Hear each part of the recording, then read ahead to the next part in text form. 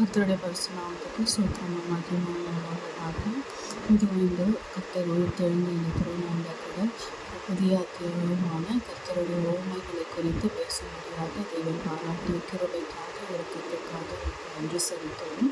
நேற்றைய தினத்தில் நான் சொன்ன பிரகாரமாக கூட இந்த 38 ஓமைகளை குறித்து நான் இன்று தொடங்கி அதை தியானிக்கும்படியாக கர்த்தர் பாராட்டின தயவுக்காக நன்றி செலுத்துவோம். அவ்விதமாக இன்றைய நாளில் கூட முதலாவது உவமையாக விதைக்கிறவன் உவமை குறித்து தியானிக்க இருக்கிறோம். இந்த ஒவ்வொரு உவமைகளுக்கும் ஒவ்வொரு மைய கருத்து இருப்பதாக நம்மளுக்கு குறிப்பிடப்பட்டுள்ளது. ஸோ ஒவ்வொரு உவமைக்கும் ஒவ்வொரு மைய கருத்து, அந்த மைய கருத்தை வைத்து மாத்திரம் நம்ம தியானிக்கும் பொழுது அதனுடைய புரிதல் எளிதாக இருக்கும். நம்ம அந்த கதையும் அந்த காரியங்களையும் குறித்து ஆழமாக செல்லாமல் அந்த ஒரு உவமையினுடைய மைய கருத்தை மாற்றம் தியானித்தால் கடவுள் நம்மிடம் சொல்ல வரும் காரியத்தை நம்மளால் எளிதில் புரிந்து கொள்ள முடியும். ஸோ இந்த விதைக்கிறவன் உவமையுடைய மைய கருத்து பார்த்தோன்னா இறை வார்த்தையை ஏற்றுக்கொள்ளும் நிலைகள். இறை வார்த்தையை ஏற்றுக்கொள்ளும் நிலைகள். அதாவது இயேசு கிறிஸ்து கூறிய இந்த உவமை பரலோக ராஜ்யத்தின் ரகசியங்களையும் தேவனுடைய வார்த்தையை மனிதர்கள் எப்படி ஏற்றுக்கொள்கிறார்கள் என்பதையும் விளக்குகிறது. இந்த உவமை பார்த்தோன்னா மத்தேயு, மார்க்கு மற்றும் லூக்கா 3 நற்செய்தி நூல்களிலும் விரிவாக காணப்படுகிறது. நம்ம பார்த்த பிரகாரமாய் ஒரு சில உவமைகள் ஒரு நற்செய்தியிலும், ஒரு சில உவமைகள் 2 நற்செய்தியிலும், ஒரு சில உவமைகள் 3 நற்செய்திகளும் குறிப்பிடப்பட்டிருக்கும்.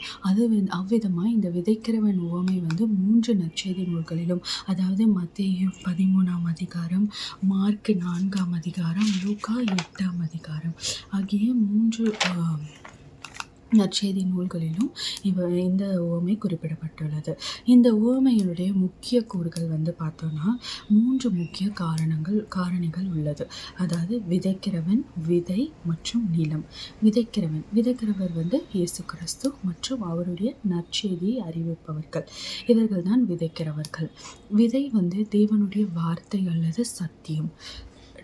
நிலம் என்பது நாம தான். நற்செய்தி கேட்கும் மனிதர்கள் தான். மனிதர்களின் இருதயம் தான் நிலம். அதாவது விதைக்கிறவர் இயேசு கிறிஸ்து, விதை அவருடைய வார்த்தைகளும் சத்தியமும், நிலம் நம்மளுடைய இருதயங்கள். 4 வகை நிலங்கள் மற்றும் அவற்றின் விளக்கம் குறிப்பிடப்பட்டுள்ளது. இந்த உவமையின் மூலமாக 4 வகை நிலங்களை குறித்து கூறப்படுகிறது. அதாவது அதிலிருந்து 4 வகையான மனிதர்களின் இருதயங்கள், எவ்வாறு அந்த உவமைகளை ஏற்றுக்கொள்கிற இருதயங்கள் என்பதை குறிப்பிடப்பட்டுள்ளது. முதலாவது பார்த்தோன்னா வழியோரம் விழுந்த விதைகள். அதாவது நிலத்தின் ஓரத்தில் விழுந்த விதைகள். பறவைகள் என்ன பண்ணும்? தின்னுவிட்டு போகும். ஸோ நிலத்தின் ஓரத்தில் தவறி விழுந்த இந்த வழியோர விதைகளை என்ன பண்ணும்? பறவைகள் தின்றுவிடும் என்று சொல்லுகிறார். அதன் மூலம் அதோட விளக்கம் பார்த்தோன்னா வசனத்தை கேட்டும் அதை புரிந்து கொள்ளாதவர்களின் இருதயம் இவ்விதமாய் குறிப்பிடப்படுகிறது. அதாவது பிசாசானவன் தான் இந்த பறவை. அவன் அவர்களை விசுவாசித்து ரட்சிக்காதபடி அந்த வார்த்தையை அவர்கள் இருதயத்திலிருந்து எடுத்து போடுகிறான். ஒரு காரியத்தை நம்ம கேட்கிறோம், ஒரு வசனத்தை தியானிக்கிறோம், அவருடைய வார்த்தைகளை கேட்கும் பொழுது அது நம்ம இருதயத்தில் ஆழமாக பதிய வேண்டும். மாறாக அது பட்டும் படாமல் ஓரமாக அது செல்லும் பொழுது அது பிசாசானவனுக்கு ரொம்ப எளிதாக என்ன பண்ணிடுவானா, அவன் அதை பறவை கொத்தி போகும் போல் அந்த வார்த்தைகளை நம்ம இருதயத்திலேருந்து வெளியாக்கிடுவான். அதன் மூலம் என்ன நடக்கும்னா, நம்மளை விசுவாசிக்காதபடி ரட்சிக்காதபடி அவன் கிரியை செய்வான் என்று குறிப்பிடப்பட்டுள்ளது. ஏன்னா அந்த வார்த்தையை கேட்டுட்டா நம்ம ரட்சிக்கப்பட்டுருவோம் பிசாசுக்கு தெரியும். ஸோ அப்படியான காரியங்களை செய்ய விடாமல் தடுப்பதன் மூலமாக தான் இந்த காரியங்கள் நடத்தப்படுகின்றன. இதுதான் வழியோரம் விழுந்த விதைகள். இதில் யாரோட தப்புனா பிசாசோட தப்பு கிடையாது, நம்மளோட தப்பு. ஏன்னா நம்ம தான் அது வழியோர விதைகளாக விட்டோம். அந்த நம்ம நிலத்தில் உட்புகுந்து கொள்ளாமல், அந்த வார்த்தைகளை நம்ம இருதயத்தில் உட்புகுந்து கொள்ளாமல் அது வழியோர விதையை போல் விட்டதன் மூலமாக இந்த காரியங்கள் நடக்கின்றது. ஸோ 2வது நிலமாக பார்த்தோன்னா கற்பாறை நிலத்தில் விழுந்த விதைகள். இது நம்ம பார்க்கும் போதே தெரிகிறது. ஆழமான மண் இல்லாததால் விரைவில் முளைத்தன ஆனால் வேர் இல்லாததால் வெயிலில் கருகி போன. இந்த கற்பாறையில் இருக்கிற நிலத்தை நம்ம பார்த்துருக்கோம் இல்லையா, அங்கே வந்து திடீர்னு வந்து முளைக்கும்.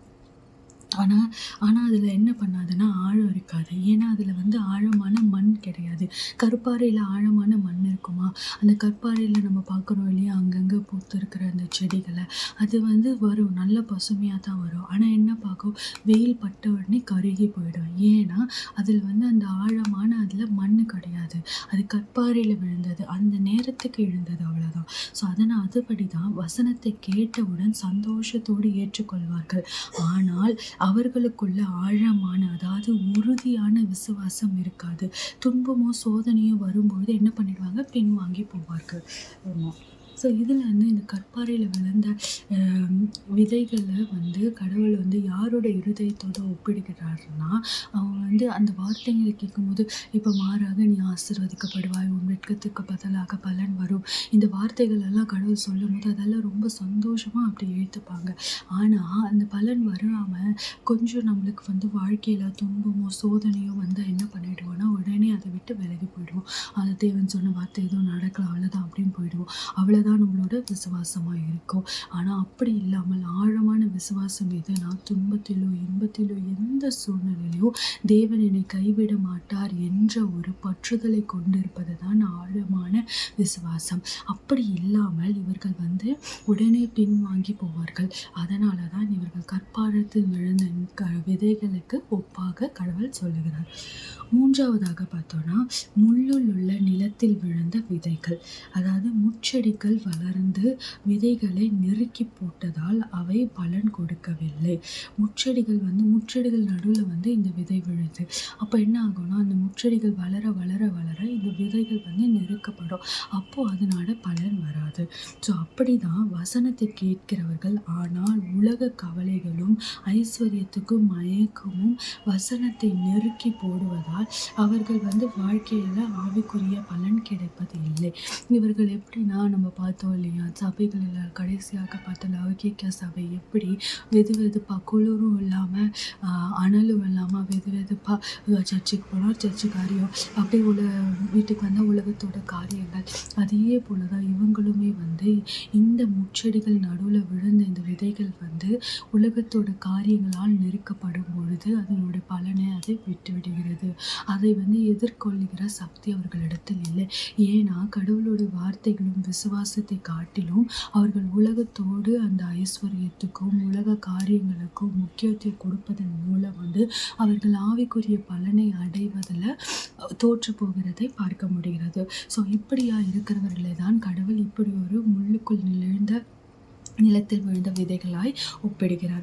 நான்காவதாக தான் நல்ல நிலத்தில் விழுந்த விதைகள். அதாவது நல்ல நிலத்தில் விழுந்த விதைகள் என்ன ஆகும், முளைத்து 60, 30, 60, 100 மடங்காய் பலன் தரும். இவைகள் நல்ல உள்ளத்தில், அதாவது விதைகள் விதைக்கப்பட வேண்டிய இடத்துல, நல்ல நிலத்தில், நல்ல ஆழ்ந்த மண்ணுள்ள நிலத்தில் இவைகள் விதைக்கப்படும் பொழுது 100 என்னாகும், 30, 60, 100 வந்து பலன் தரும் பார்க்க முடிகிறது. ஸோ வசனத்தை கேட்டு அதை புரிந்து கொண்டு நல்ல மனதுடன் அதை காத்து கொண்டு பொறுமையுடனே பலன் கொடுக்கிறவர்களை குறிக்கிறது. பொறுமையோடு அதுக்கு வந்து பலன் கொடுப்பாங்க. அவங்க வந்து அந்த வசனங்களை வெறும் வந்து இந்த நிலத்தோடு போகிற மாதிரி விட்டு விடாமல், கற்பாறையில் விளைக்கிற மாதிரி ஆழமாக எடுத்துக்கொள்ளாமல், முள்ளில் நெளிஞ்ச மாதிரி உலக காரியங்களுக்கு நெருக்கப்படாமல், மாறாக அவைகளை வந்து தன்னுடைய நிலத்தில், தன்னுடைய இருதயத்தில் பற்றி கொண்டு ஆழ்ந்த அதை குறித்த ஆழ்ந்த ஒரு தியானத்தோடு அதை பற்றி கொண்டு தேவன் கூற வருகிற காரியங்களை தங்களுடைய இருதயத்தில் ஆழமான விசுவாசத்தோடு அவைகளை பற்றி கொண்டு தங்களுடைய ஆவிக்குரிய வாழ்க்கையில் பலவான்களாக இருக்கும்போது அவர்கள் வந்து அதை 30, 60, 100 பலன் கொடுக்கிற ஆவியின் கனிகளாக மாற்றப்படுகிறார்கள் என்பதை குறிக்கிறது. ஸோ இப்படியாக தேவன் வந்து வசனத்தையும் அவருடைய சத்திய வேதத்தையும் முற்பு கொண்டு கொள்ளுகிற மனிதர்களை நிலங்களை 4 வகை நிலங்களாக குறிப்பிடுகிறதை பார்க்க முடிகிறது. ஸோ நாமும் கூட தேவன் நம்மை நல்ல நிலங்களாக இருக்கும்படியாய் உணர்த்துவதை பார்க்க முடிகிறது. ஸோ இது மூலம் நாம் கற்றுக்கொள்ள வேண்டியது என்ன? கேட்பதில் கவனம். இயேசு கேட்கிறவன் கேட்கப்படுவான், கேட்க கடவன் என்று எச்சரிக்கிறார். அவர் அப்படி சொல்லும் போது நீங்கள் கேட்டே ஆகணும் சொல்லலை. என்ன சொல்கிறான்னு, கேட்கிறவன் கேட்க கடவன். அவர் அப்படி எச்சரிக்கிறார். நீ கேட்டினா உனக்கு நன்மை உண்டாகும், நீ கேட்டினா நீ ராஜ்யத்தை பற்றிக்கொள்வாய், நீ கேட்டினா ஜீவ கிரீடம் உனக்கு வந்து சேரும். ஸோ என்ற எச்சரிக்கை, தேவனுடைய வார்த்தையை எப்படி கேட்கிறோம் என்பது முக்கியம். வெறும் அதை வார்த்தைகளாய் கேட்காமல் அதில் ஒவ்வொரு வார்த்தையும் ஜீவ வார்த்தை என்ற ஒரு பற்றுதல் நம்மளுக்கு இருக்கும்போது ஒவ்வொரு வார்த்தையும் நம்ம இருதயத்தின் ஆழத்தில் சென்று பதியும் என்பது நாம் நினைக்க வேண்டிய ஒரு காரியம். மாறாக நம்ம ஏதோ கேட்கணும், ஏதோ ஒரு மெசேஜ் கேட்கணும், ஏதோ ஒரு பிரசங்கம் கேட்கணும், ஏதோ ஒரு காரியங்கள் கேட்கணும்னு கேட்கக்கூடாது. மற்ற காரியங்களைப் போல தேவனோட வார்த்தைகளை கேட்காமல் நம்ம அதை ஆழ்ந்த தியானமாய் முழு இருதயத்தோடு கேட்கும் பொழுது எப்படி வார்த்தைகளை கேட்டு லீதியாளுடைய இருதயம் திறக்கப்பட்டது என்று பார்க்க முடிகிறது. தேவன் அவளுடைய இருதயத்தை திறந்தாள் என்று பார்க்க முடிகிறது. அதில் தேவன் அவளுடைய இருதயத்தை திறந்ததுனால கிடையாது, அவளுக்கு அந்த வாஞ்சை இருந்தது. அவளுடைய அந்த வாஞ்சையை பார்த்து தான் தேவன் அவளுடைய இருதயத்தை திறந்தார். அதே போல் நம்மளுக்கும் அந்த வாஞ்சை, இந்த நல்ல நிலமாய் நம்ம இருக்கும்போது தேவன் நம்ம இருதயத்தை திறப்பார். அப்போது அது நாழத்திற்கு சென்று அந்த வார்த்தைகள் பதியப்பட்டு நம்ம பலன் தரும் நிலமாய் இருப்போம் என்பதில் எந்த ஒரு சந்தேகமும் இல்லை. இரண்டாவதாக பார்க்கும்போது இருதயத்தை பக்குவப்படுத்துதல். நம்ம இருதயத்தை உலக கவலைக்கோ உலக துன்பத்துக்கோ கடினத்துக்கோ பார்க்காம நம்ம நல்ல நிலமாக இருக்க வேண்டும். உலக பாடுகள் இருந்துகிட்டே தான் இருக்கும். நம்ம தேவன் என்ன சொல்றாரு, இந்த உலகத்தில் பாடுகள் உண்டுன்னு தான் சொல்லியிருக்காரு, அவர் இல்லைன்னு சொல்லவே இல்லை. ஆனால் அந்த பாடுகளை எப்படி மேற்கொள்வது, அதை எப்படி ஜெயிப்பது, அதை ஜெயித்து பரலோக நித்திய வாழ்வை நம்ம எப்படி அடைவது என்பது தேவனுடைய வார்த்தைகளை கேட்பதன் மூலமாக தான் நம்ம பற்றிக்கொள்ள முடியும். மாறாக நம்ம உட்கார்ந்து அந்த துன்பத்தையே, அந்த துக்கத்தையே, அந்த பாவத்தையே நினச்சிட்டே உட்காந்துட்டே இருந்தோம்னா கடைசி வரைக்கும் நம்ம அப்படியே தான் உட்காந்துருப்போம். நித்திய வாழ்க்கையின் ஜீவ விருட்சத்தை நம்மளால் சுவை பார்க்கவே முடியாது. தேவன் நம்மளுக்காய் பாடுபட்டு மரித்து இன்றைய நாளில் உயிர்த்தெழுந்த நாளாய் நம்ம நினைவு கூறுகிறோம். இந்த நாளில் தேவன் நம்ம இடத்துல சொல்ல வருவது அவர் எதற்காக அந்த பாடுபட்டார், எதற்காக அவர் மரிச்சார், எதற்காக அந்த காரியங்களை நமக்காக செய்தார், எதற்கு உயிர்த்தெழுந்தார் என்ற காரியங்களை நம்ம தியானிக்க கடமைப்பட்டிருக்கிறோம். அதை நம்ம தியானித்து பார்த்தா நம்ம எல்லாமே ஒவ்வொன்றுமே அவர் நமக்காக செய்தவர்கள். ஆனால் நம்ம என்ன பண்ணுறோம்னா அந்த காரியத்தை விட்டு உலக காரியங்களுக்கு முக்கியத்துவம் கொடுத்துட்ருக்கோம். உலகத்தில் பாடுகள் இருக்கும், ஆனால் உலகத்தோட பாடுகளையே உலகத்தோட கஷ்டங்களையே நினச்சிக்கிட்டு கர்த்தருடைய பரிசுத்த வார்த்தையை விட்டு விடுகிறோம். நம்ம அது போல் இல்லாமல் அவருடைய வார்த்தைகளை பற்றி கொண்டு நித்திய வாழ்வை அடைவதற்கான வழியை தேட ஆரம்பிக்கும் காலம் இது. அதை மிக விரைவில் நம்ம தேடும்படியாய் தேவன் நம்மளை இன்று நாளில் எச்சரிக்கிறார். அடுத்ததாக நிலைத்திருத்தல். அதாவது சோதனைகள் போது வேர்பிடித்து நிலைத்திருப்பதே ஆவிக்குரிய வளர்ச்சியின் அடையாளமாகும். இப்போ நீங்கள் பார்க்கும்போது ஒரு மரம் இருக்குது, அதுக்கு இலையுதிர் காலம் ஒன்று இருக்குது, இலை வளர்கிற காலம் ஒன்று இருக்குது, அப்படி கனி தரும் காலம் என்று ஒன்று இருக்கிறது, பூக்கள் பூக்கும் காலம் என்று ஒன்று இருக்கிறது. ஆனால் அந்த மரம் அழிஞ்சிடுது, அதோட வேர் அழிஞ்சு போதா? கிடையவே கிடையாது. அது மேலே இருக்கிற அந்த செழிப்பு, அந்த இலைகள் விழும், அந்த இலைகள் முளைக்கும், அந்த இலைகள் எல்லாமே ஒரு சமையலே ஒரு காலில் மொற்றமே கீழே விழுந்துடும். ஆனால் திரும்ப அதை முளைக்க பண்ணுவார், துளிர்க்க பண்ணுவார். அது போல தான் நம்ம உலக வாழ்க்கையும். நம்ம இன்றைய நாளில் நம்ம துன்பத்தை மாத்திரம்தான் பார்க்குறோம். ஆனால் நம்மளோட வேர் எங்கே இருக்குது, நம்மளோட ஆழம் எங்கே இருக்குது நம்ம பார்க்கணும். அது கிறிஸ்துவோட வார்த்தையினால் ஆழத்தில் நல்ல நிலத்தில் நம்ம ஆவிக்குரிய வாழ்க்கை விதைக்கப்பட்டு அந்த வேர் உறுதியாக இருந்ததுன்னா நம்மளை யாராலையும் அசைக்க முடியாது. நம்ம மேலே உலகத்தரமான காரியங்கள் விதைகளை அவங்க அசைக்கலாம். ஆனால் வந்து நம்ம ஜீவனுள்ள காரியத்தை, ஆவிக்குரிய காரியத்தை உள்ள அந்த வேரையோ ஸ்டெம்மையோ ஒன்றுமே பண்ண முடியாது. அங்கே நம்ம உறுதியாக இருப்போம். அப்போ ஆட்டோமேட்டிக்காக கடவுள் வந்து அதன் காலத்தில் நேர்த்தியாய் செம்மையாய் துளிர்க்க பண்ணுவார் என்ற ஒரு வாக்குத்தத்தத்தை கடவுள் இன்னைக்கு தராரு. நம்ம வேற நம்ம பேஸ்மெண்ட்டை மட்டும் நம்ம ஸ்ட்ராங்காக போட்டோம்னா போதும். இன்றைய உலகத்தரமான காரியத்தை இளையுதுரத்தை பார்த்து நம்ம பயப்படக்கூடாது. நம்ம தேவனை பற்றி கொண்டு நம்ம விதையை கரெக்டாக நல்ல நிலத்தில் போட்டோம்னா, அவருடைய விதையை நம்ம உற்பத்தி செய்தோம்னா, நம்ம வேறு ஸ்ட்ராங்காக ஆவிக்குரிய வாழ்க்கையில் நம்ம பலவான்களாக உறுதியானவர்களாக இருந்தோம்னா, நம்ம வேறு உறுதியாய் பற்றி கொண்டிருக்கோம். அப்போ நம்மளை யாராலையும் அசைக்க முடியாது. நம்ம ஒவ்வொரு இலைக்கும் கடவுள் ரெட்டை தனியாக இல்லை 100 மடங்காக அதில் துளிர்க்கும்படியாய் செய்வார். நம்ம இருதயத்தை நம்ம பக்குவப்படுத்துவோம். நம்ம வந்து ஒரு விவசாயி நிலத்தை எப்படி உழுவதற்கு வந்து சமம் செய்கிறார். அது வந்து ஈஸியாக நடந்துருதா? வெறும் அப்படியே சும்மா தொட்டு பார்த்துட்டு விட்டுடுறாங்களா? கிடையாது. அதில் கடின உழைப்பு, அந்த நிலம் வந்து கடினப்படுது, அந்த நிலம் வந்து சமமாக்கப்பட வந்து உழுவப்படுது. அது எவ்வளோ வந்து அதில் வந்து நம்ம உழுவதற்கு அது வந்து கடினப்படுத்தப்படுது. அதே போல தான். ஆனால் அதனோட நிலம் அது நல்ல நிலமாக மாற்றப்படுகிறது. நம்மளுமே வந்து தேவனுடைய கையில் உள்ள களிமண்களை போல அவர் நம்ம உருவாக்குவது சும்மா தொட்டு பார்த்துட்டு விட்டாருன்னா நம்ம ஈஸியாக உடைஞ்சிருவோம். மாறாக அவர் நம்மளை வந்து உருவாக்கும் பொழுது நம்மளுக்கு வலிக்கலாம், நம்மளுக்கு வேதனையை கொடுக்கலாம். ஆனால் அதன் முடிவு நித்திய மகிழ்ச்சி முடிவாக இருக்கும். நம்மளோட வேர் ஆழமாக பற்றி கொண்டிருக்கும். அதன் பலனாக அதன் காலத்தில் நீர்த்தியாய் துளிர்க்கும்படி தேவன் செய்வார் என்பதில் நம்ம நித்திய ஒரு வாக்குத்தத்தத்தை பற்றி கொண்டிருக்கும் போது நிச்சயமாய் தேவன் நம்மளுக்கு செய்து முடிப்பார். நம்மளோட வேலை நம்ம நல்ல நிலமாக அவர் சொல்லுகிற வார்த்தைகளை, அவரோட வார்த்தைகளை ஒப்புக்கொண்டு அந்த விதைகளை போட்டு உறுதியாய் வேரை உருவாக்குவதன் மூலமாய் தேவன் அதை கனப்படுத்தி அதை மென்மேலும் உறுதிப்படுத்துவார் என்பதில் எந்த சந்தேகமும் இல்லை. இதை 4 வகையாக நம்ம 4 நடைமுறை வழிகள் எப்படி பண்ணலாம்னா, கடினத்தன்மையை அகற்றுதல், ஆழமான விசுவாசத்தை வளர்த்தல், உலக கவலைகளை கலைத்தல், பொறுமையுடன் கீழ்ப்படிதல். நம்ம இதெல்லாம் பண்ணும் பொழுது உழுதல் அதாவது மனம் திரும்புதல் ப்ளஸ் நீர் பாய்ச்சல் அதாவது ஜெபம் ப்ளஸ் களை எடுத்தல் அதாவது பரிசுத்தம். இதை பண்ணும்போது நல்ல பலன் கொடுக்கும் கனிகளாய் நம்ம மாற்றப்படுவோம்.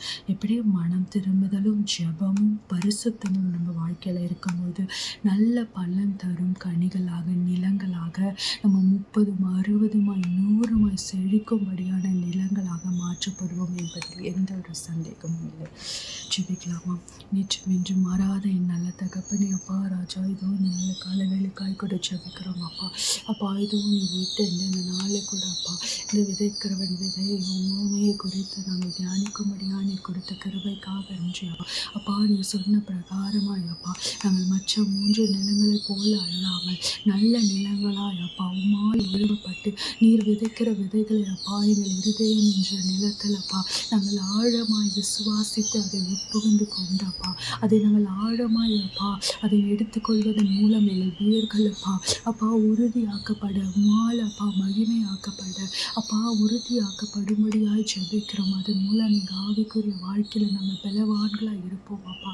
அதன் மூலம் அப்பா நாங்கள் மனம் திரும்புவோம் அப்பா. உங்களுடைய ஜெபத்தினாலும் பரிசுத்தத்தினாலும் உங்களோட வார்த்தையினாலும் அப்பா நாங்கள் கனப்படுத்தி உறுதிப்படுத்துவதன் மூலம் நல்ல அப்பா பலன் தரும் நிலங்களாக நாங்கள் இருக்கும்படியாக கிருபை பாராட்டுங்க. உங்களுடைய வார்த்தையை பற்றி கொண்டு உலக காரியங்களுக்கு நாங்கள் எங்களை தாழ்த்தி கொள்ளாதபடி என் தேவனை மாத்திரம் நாங்கள் பற்றி கொண்டு உங்களுடைய வார்த்தையை மாத்திரம் எங்கள் இருதயத்தின் நிலத்தில் அப்பா விதைத்து நாங்கள் வாழும்போது ராஜா உமக்கு நல்ல தரும் பலனாய் அப்பா உமக்கு நல்ல பலன் தரும் நிலமாய் நாங்கள் மாற்றப்பட கிருபை செய்ய அதன் மூலம் அப்பா நித்திய கிருபையும் நித்திய ஜீவனையும் நாங்கள் அடையும்படியாக பரலோக ராஜ்யத்தின் ஜீவ கிரீடத்தை நாங்கள் பெற்றுக்கொள்ளும்படியான நல்ல நிலங்களாக எங்களை மாற்றி போடுங்க. இந்த நாளில் எங்களை நல்ல நிலங்களாக உருவாக்கி எங்களை மாற்றி போடுங்கப்பா.